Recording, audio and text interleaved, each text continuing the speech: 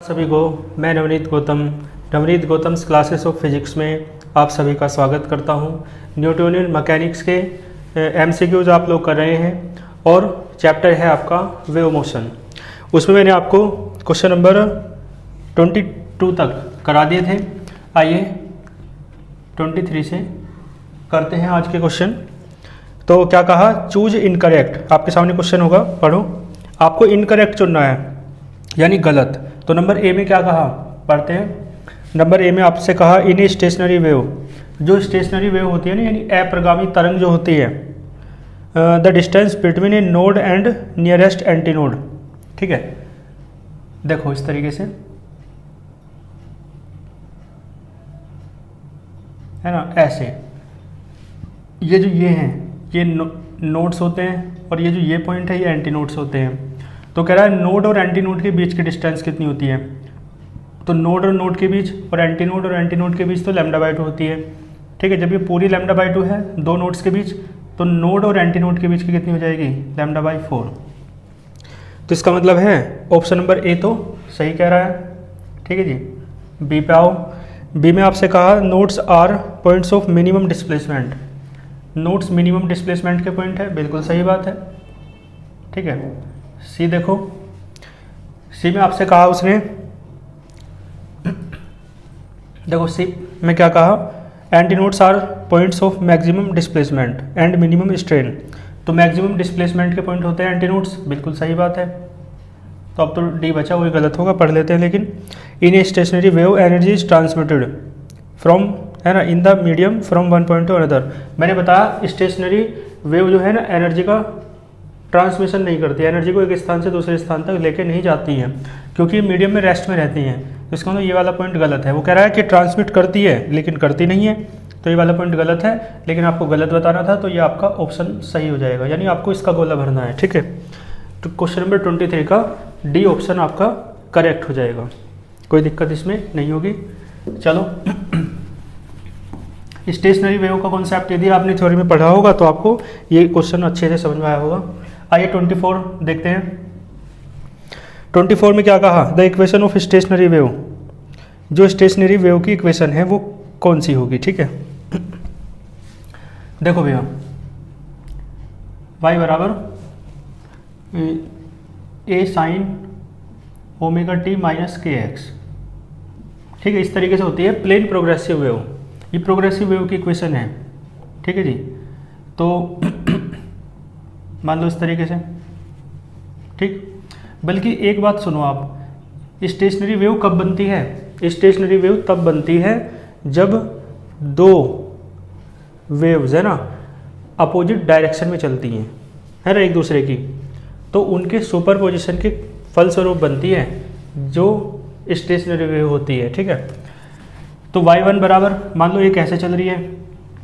ठीक है, a sin omega T plus वो माइनस के एक्स, और जो y2 है अपोजिट डायरेक्शन में होगी, है ना, तो ये मान लो इतनी हो जाएगी ओमेगा टी और माइनस की जगह प्लस हो जाएगा।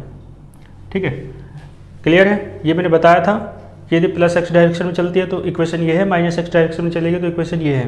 एम्पलीट्यूड भी चेंज हो जाता है। ठीक है, तो इसका मतलब है ये एक इक्वेशन है, ये दो इक्वेशन है। अब जो दोनों अपोजिट डायरेक्शन में चलेंगी एक मीडियम में, तो इन दोनों वेव के मिलने से बनेगी स्टेशनरी वेव।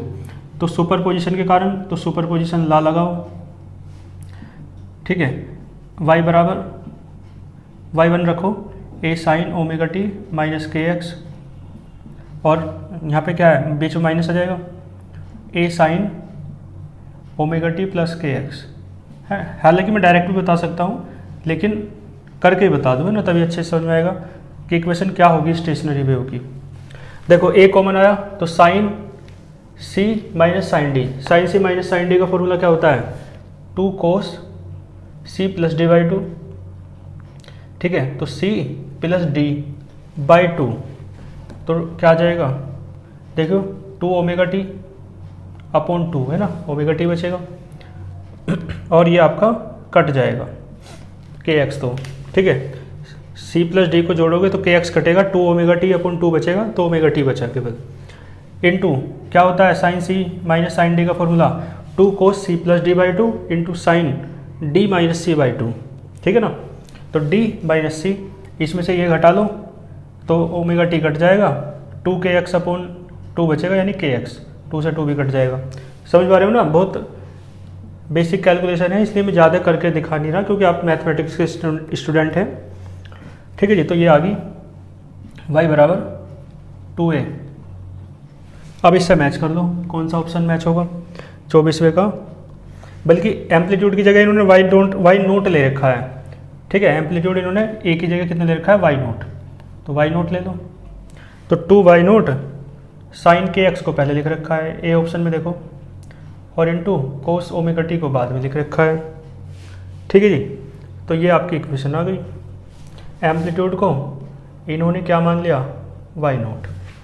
ठीक है, कोई दिक्कत नहीं है, तो है ना। एम्पलीट्यूड होता है डिस्प्लेसमेंट की मैक्सिमम वैल्यू, तो डिस्प्लेसमेंट की मैक्सिमम वैल्यू को आप नोट से भी डिनोट कर सकते हैं, वाई नोट से। ठीक है, बात समझ में आई। ये एक वेव है, मान लो ऐसे चल रही है, ये दूसरी वेव है जो इसकी अपोजिट डायरेक्शन में चल रही है। दोनों की इक्वेशन, दोनों के मिलने से, सुपर पोजिशन से स्टैंडिंग वेव बनती है, यानी जिसे आप स्टेशनरी वेव भी कहते हैं।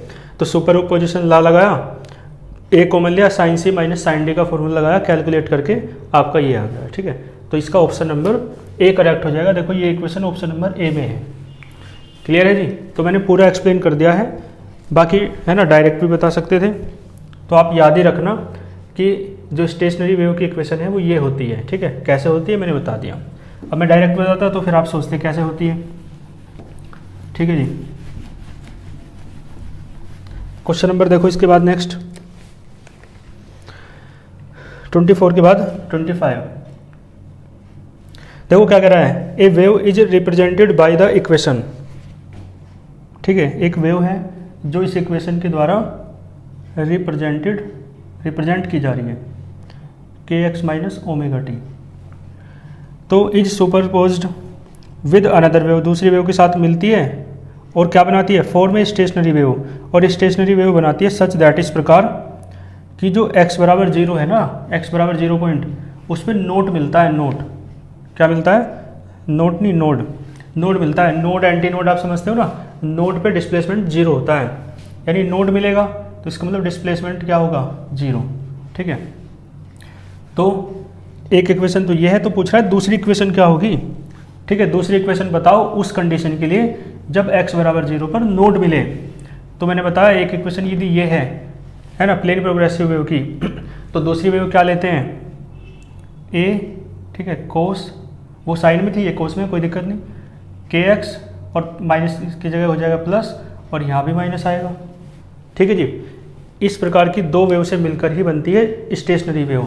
मान लो ये y1 है और ये y2 है, तो बिल्कुल ठीक ऐसी कर देना जैसे अभी करके बताया मैंने, y बराबर y1 प्लस y2। देखो जी, y1 का मान रखो a कोस के एक्स माइनस ओमेगा टी, और बीच में माइनस है, इंटू a कोस के एक्स प्लस ओमेगा टी। देखो y बराबर a कॉमन ले लो, इंटू कोस के x minus omega T minus cos के एक्स प्लस ओमेगा टी।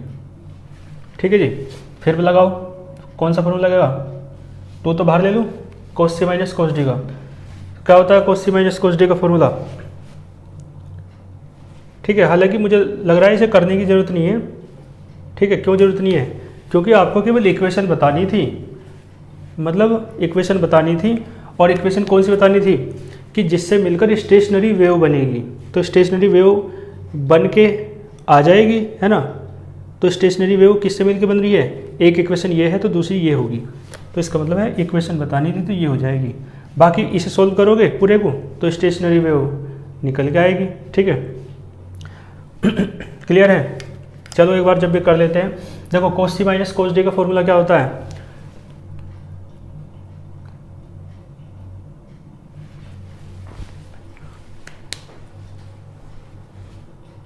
कोस सी माइनस कोस डी का फॉर्मूला क्या हो जाएगा, लगाओ यहाँ पे फॉर्मूला, तो उसका मैंने 2 तो बाहर लिख दिया। तो देखो cos c minus cos d का फॉर्मूला होता है 2 sine c plus d by 2।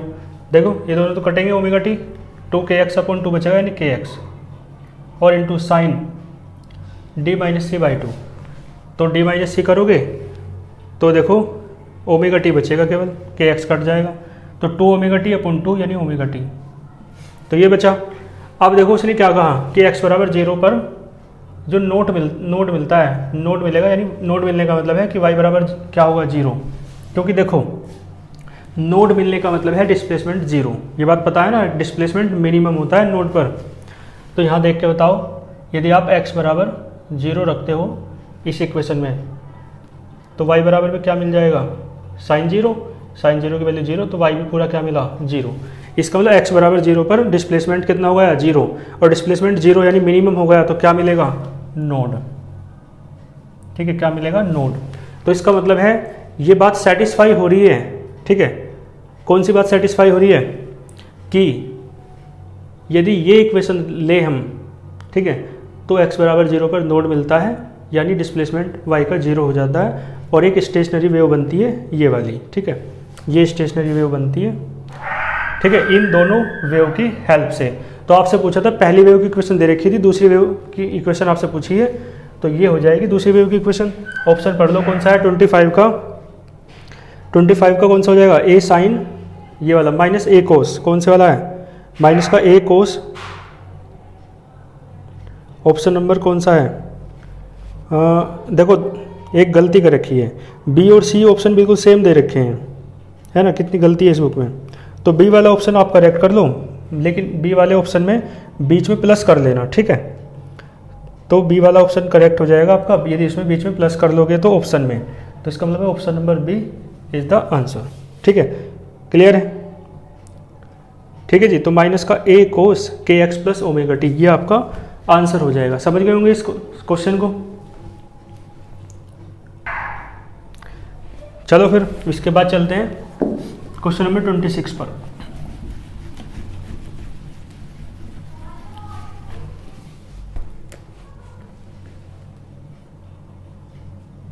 Question number 26 देखो क्या कर रहा है, फॉर ए स्टेशनरी वेव, एक स्टेशनरी वेव दे रखी है, y बराबर है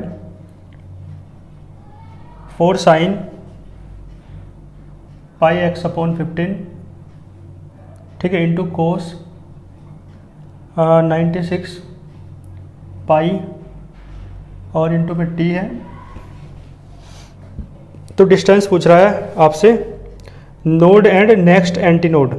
ठीक है जी, देखो भैया नोड और नोड के बीच की दूरी तो, और एंटी नोड और एंटी नोड के बीच की डिस्टेंस कितनी होती है लैम्डा बाई 2, लेकिन नोड और एंटी नोड के बीच की पूछ रहा है तो कितनी होती है लैम्डा बाई 4। इसका मतलब आपको लैम्डा बाई 4 निकालना है।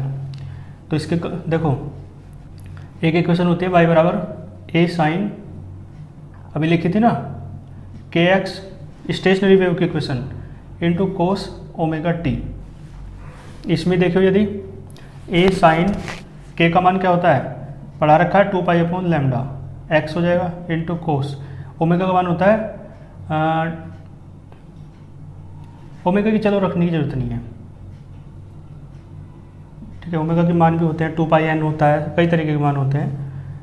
ठीक है, तो यहाँ से आप देख के बताओ, यदि इस इक्वेशन की और इस इक्वेशन की तुलना करें तो x की जगह x है, तो 2 पाई अपॉन लैम्डा की जगह यहाँ क्या है।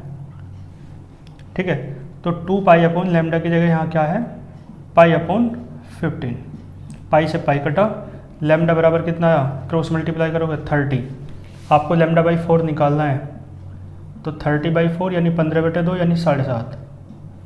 ठीक है, 7.5, 26वें का ए ऑप्शन करेक्ट हो जाएगा, 7.5 सेंटीमीटर। ठीक है जी,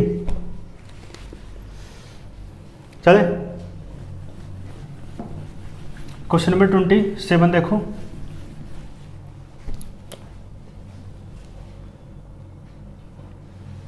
देखो 27 क्या कह रहा है, द इक्वेशन ऑफ, एक इक्वेशन दे रखी है, y बराबर है 0.15 साइन और आगे है 5x और इनटू में है कोस 300t। डिस्क्राइब ए स्टेशनरी वेव, यानी एक स्टेशनरी वेव की इक्वेशन दे रखी है, तो वेवलेंथ पूछ रहा है आपसे। ठीक है जी, लैम्डा पूछ रहा है। मैंने बताया आपको, इसके कंपैरिजन उससे कर दो, किससे, ए साइन, है ना, क्या होता है के एक्स और इंटू कोस ओमेगा टी। तो देखो के बराबर कितना आया 5 और के की वैल्यू क्या होती है 2 पाई अपॉन लैम्डा बराबर 5। लैम्डा बराबर क्या आएगा 2 पाई अपॉन 5, तो 2 इंटू 3.14 अपॉन 5। तो देखो 3 दूनी 6, 2 एकम 2, 2 चौका 8 अपॉन 5। ठीक है, तो इसे भाग करोगे 5 एकम 5, ठीक है जी, 5 दूनी 10, ठीक है, और 5 पंजे 25, 5 छम 30, ये आ गया। देखो कौन सा ऑप्शन है 27वें का 1.256 मीटर, ऑप्शन नंबर बी। कोई दिक्कत इसमें भी आपको नहीं होगी। चलें आगे। इसके बाद चलो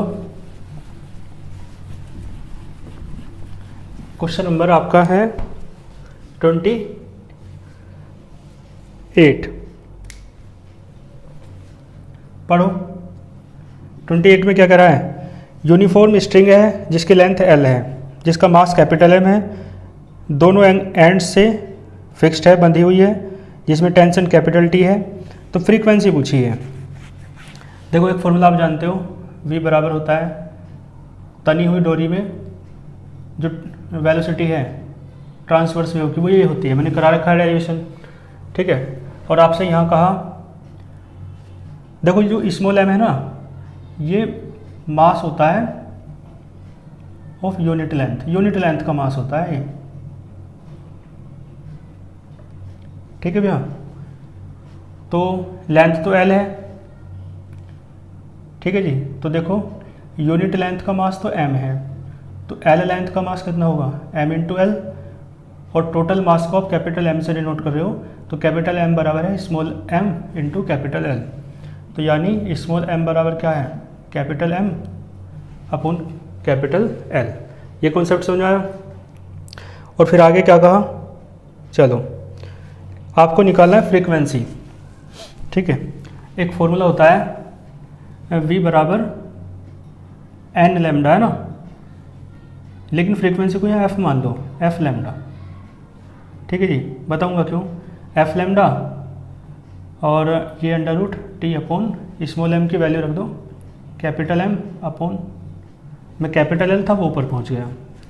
ठीक है जी, लैम्डा की वैल्यू और निकालेंगे। देखो इधर पूरी रस्सी की लंबाई जो है ना वो L है, और आपको पता है उसमें नोट भी बनेंगे, एंटी नोट भी बनेंगे। तो किन्हीं दो नोट के बीच की या एंटी नोट के बीच की डिस्टेंस कितनी है λ/2, और मान लो n बन रहे हैं एंटी नोट या नोट जो भी, तो एक नोट की, तो देखो ध्यान देना, एक नोट की लेंथ, एक मतलब कुल मिला के दो नोट के बीच की क्या है डिस्टेंस, वो है λ/2। तो मान लो n है टोटल, तो देखो एक लेंथ एलिमेंट कितना है λ/2।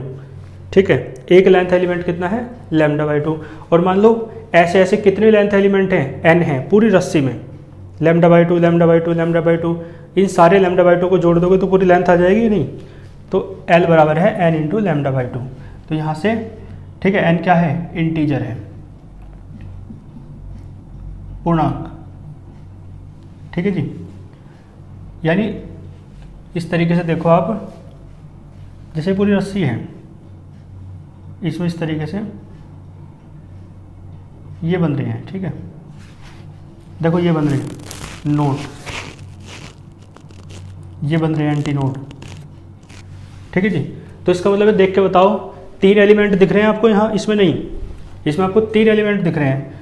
तो एक देखो एक एलिमेंट की जो लंबाई है ना किन्हीं दो नोट के बीच की, वो λ/2 है, तो इसकी भी λ/2, इसकी भी λ/2, तो टोटल लेंथ कितनी हो जाएगी 3 λ/2। इसी प्रकार यहाँ 3 है, लेकिन हम जनरली क्या मान के चलेंगे कि n है ये एलिमेंट, ऐसे ऐसे, तो टोटल लेंथ हो जाएगी n इंटू λ/2। ये कॉन्सेप्ट समझ में आया। यहाँ से लैम्डा की वैल्यू निकाल दो, लैम्डा की वैल्यू आएगी L upon 2L upon n, 2 ऊपर चला गया और n अपॉन में आ गया।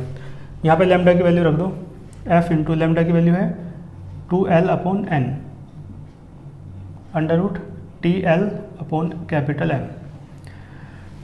आपको फ्रीक्वेंसी निकालनी है, क्या आ जाएगा n/2L और अंडर रूट TL/कैपिटल M। फ्रीक्वेंसी देखो n तो क्या है, एक नंबर है, इंटीजर है, मान लो स्मॉल n बराबर 1 है, तो क्या आएगा 2 और L से ये अंडर रूट L बार कट जाएगा और अंडर रूट में T/m बचा। तो जो फ्रीक्वेंसी है ना वो कितनी आई 1/2 अंडर रूट T/m और इस अंडर रूट L को भी अंदर लिख लो, फ्रीक्वेंसी इतनी आ गई। ठीक है जी।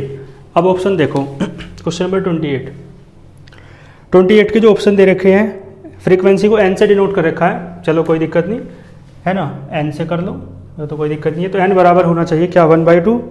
अब देख लो कौन सा है 1/2 under root T/M into capital L। L तो इसमें किसी में नहीं दे रखा, ये M2 का रखा है ऑप्शन नंबर ए में, ये 2 नहीं होगा, इन्होंने गलती रखी है, M इंटू कैपिटल L होगा। तो इसका मतलब ऑप्शन नंबर ए करेक्ट हो जाएगा, लेकिन उसमें करेक्शन कर लेना, 2 की जगह कैपिटल L लिखना और सफिक्स में नहीं मल्टीप्लाई में, ऑप्शन नंबर ए। ठीक है, क्वेश्चन नंबर 28 था ये, कर लोगे। इसके बाद चलते हैं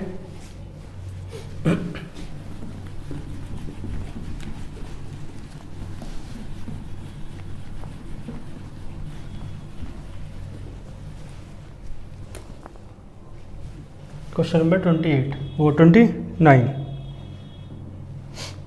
the fundamental frequency of an open pipe. ठीक है, ये तो बिल्कुल फैक्चुअल क्वेश्चन है, बुक में पढ़ना आप, है ना, मिल जाएगा आपको। तो ओपन पाइप में जो फंडामेंटल फ्रीक्वेंसी होती है ना इज एफ, वो तो एफ है, तो हायर फ्रीक्वेंसी क्या क्या होंगी ओपन पाइप में, तो इसे तो याद रखना है ना, बुक में पढ़ के देख लेना, बी पार्ट करेक्ट हो जाएगा 3F1 4F1 ठीक है और 6F1। इस तरीके से ओपन पाइप में फ्रीक्वेंसी ये होती है, ओपन पाइप का याद कर लेना। ठीक है, बुक में दे रखा होगा, तो ये तो एक फैक्चुअल है, इसे याद रखना। 29 का बी पार्ट करेक्ट हो जाएगा। ठीक है जी। इसके बाद देखो क्वेश्चन नंबर 30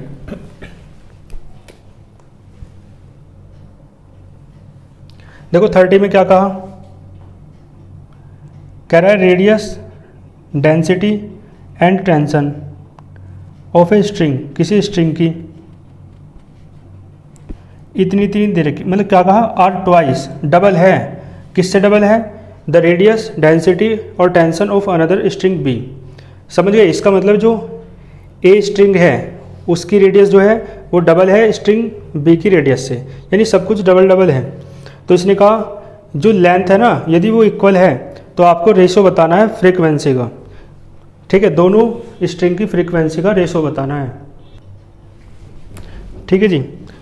तो ये क्वेश्चन तो काफ़ी लेंथी हो जाएगा। ठीक है, तो पता नहीं ऑब्जेक्टिव में क्यों दे दिया, चलो इसे रहने दो, है ना, क्योंकि इसे समझाने में ही लगभग 10 मिनट लग जाएंगे, तो इसे रहने दो। क्वेश्चन नंबर 31 पढ़ो, देखो बिल्कुल बेसिक सा है। क्वेश्चन नंबर 31 में क्या कहा, relation between group velocity and phase velocity. ये तो बहुत आसान सा है, मैंने करा रखा है। तो ग्रुप वेलोसिटी और फेज वेलोसिटी में पूछ रहा है कौन सा रिलेशन होगा, तो आपको दिख रहा है ऑप्शन नंबर ए करेक्ट हो जाएगा।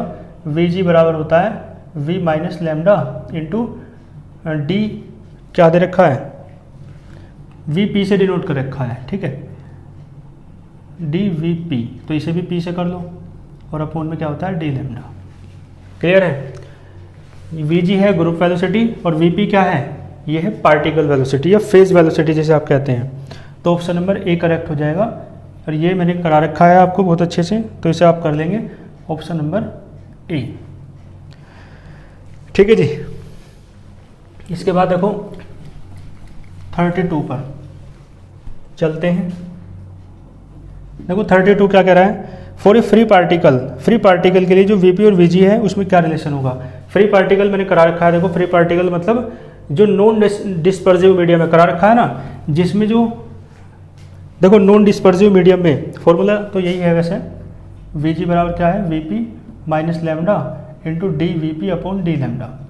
तो मैंने बताया था नॉन डिस्पर्सिव मीडियम यानी free particle non dispersive medium में होगा तो वीपी जो है ना, यानी वेलोसिटी जो है पार्टिकल की, वो वेवलेंथ पर या फ्रीक्वेंसी पर डिपेंड नहीं करती है। ये मैंने कॉन्सेप्ट में पढ़ा रखा है आपको उस डेरिवेशन में ही। तो यहाँ से D V P upon D lambda ये 0 आ जाता है, ठीक है, पढ़ा रखा है पूरा। तो अब दोबारा से इतनी व्याख्या करने की आवश्यकता मुझे इसलिए नहीं पड़ती, या मैं इसलिए नहीं करता क्योंकि एक बार पढ़ा रखा है। तो कॉन्सेप्ट आपका क्लियर होना चाहिए, तभी देखो ये चीज़ें समझ आएंगी। यदि आप वे कॉन्सेप्ट आपके क्लियर नहीं है और पहली बार इसे कर रहे हैं तो ऐसा संभव नहीं है, क्योंकि यहाँ पूरी चीज़ समझाई नहीं जा सकती। नहीं तो एक MCQ को कराने में ही कम से कम 5 से 10 मिनट तक लग जाएंगे, है ना। तो इसलिए कॉन्सेप्ट आपका क्लियर है ऐसा मानते हुए MCQ करा रहा हूँ। तो ये मैंने बता रखा है, ठीक है, 0 हो जाएगा। तो VG किसके बराबर आएगा, VP के, ठीक है जी। तो ये ऑप्शन नंबर C करेक्ट हो जाएगा, ठीक है जी। ये कौन सा था, 23, वो 32, क्लियर है, 32। चलो 32 के बाद देखो 33 का मैंने कॉन्सेप्ट आपको कराया नहीं है, तो मैं अब इसे समझाऊंगा तो फिर समझ नहीं पाओगे, इसे रहने दो। 34 क्योंकि सब्जेक्टिव के दृष्टिकोण से इम्पोर्टेंट नहीं था, तो इसलिए ये कॉन्सेप्ट में ये टॉपिक मैंने आपको नहीं कराया। देखो 34 में क्या कराया, ट्रांसवर्स वेव्स कैन प्रोपोगेट। देखो ट्रांसवर्स वेव जो है ना, वो लिक्विड में और गैस में प्रोपोगेट नहीं होती है, केवल सॉलिड में होती है, बस ये बात ध्यान रखना, ठीक है। अब आप खुद देख लो, तो कह रहा both in gas and in a metal, दोनों में, गैस में लिक्विड में तो होगा ही नहीं, नोट इन ए गैस तो गैस में नहीं होगा, बी ऑप्शन पढ़ रहे हो, but note in a metal, metal में भी नहीं होगा, तो ये तो गलत कह रहा है। इन ए गैस, गैस में होगा, ये तो बिल्कुल गलत है। वो कह रहा है फोर्थ में ना गैस में होगा ना मेटल में होगा, तो सारे ऑप्शन गलत है। इसमें करेक्शन कर लेना, ऑप्शन नंबर बी इसका करेक्ट हो जाएगा। ये जो लिखा है ना, नोट इन ए गैस, गैस में नहीं होगा, बट इन ए मेटल, उसका आगे का नोट काट देना, बट इन ए मेटल, लेकिन मेटल में होगा, क्योंकि मेटल कैसी होती है, सॉलिड है ना। तो option number b is correct. कितनी गलतियाँ हैं देखो, समझ गए ना कॉन्सेप्ट। लिक्विड और गैस में होता है और सॉलिड में, वो लिक्विड और गैस में नहीं होता। ट्रांसवर्स वेव का जो प्रोपोगेशन है, संचरण, सॉलिड में होता है, ठीक है, सॉलिड हो मेटल हो। कर दोगे 34, कोई इसमें दिक्कत आपको नहीं होगी, ठीक है, ठीक है जी। तो इसके नेक्स्ट लेक्चर में कराएंगे जो MCQs हैं, और बस बाकी अच्छे से पढ़ते रहिए। मिलते हैं नेक्स्ट लेक्चर में। All the very best.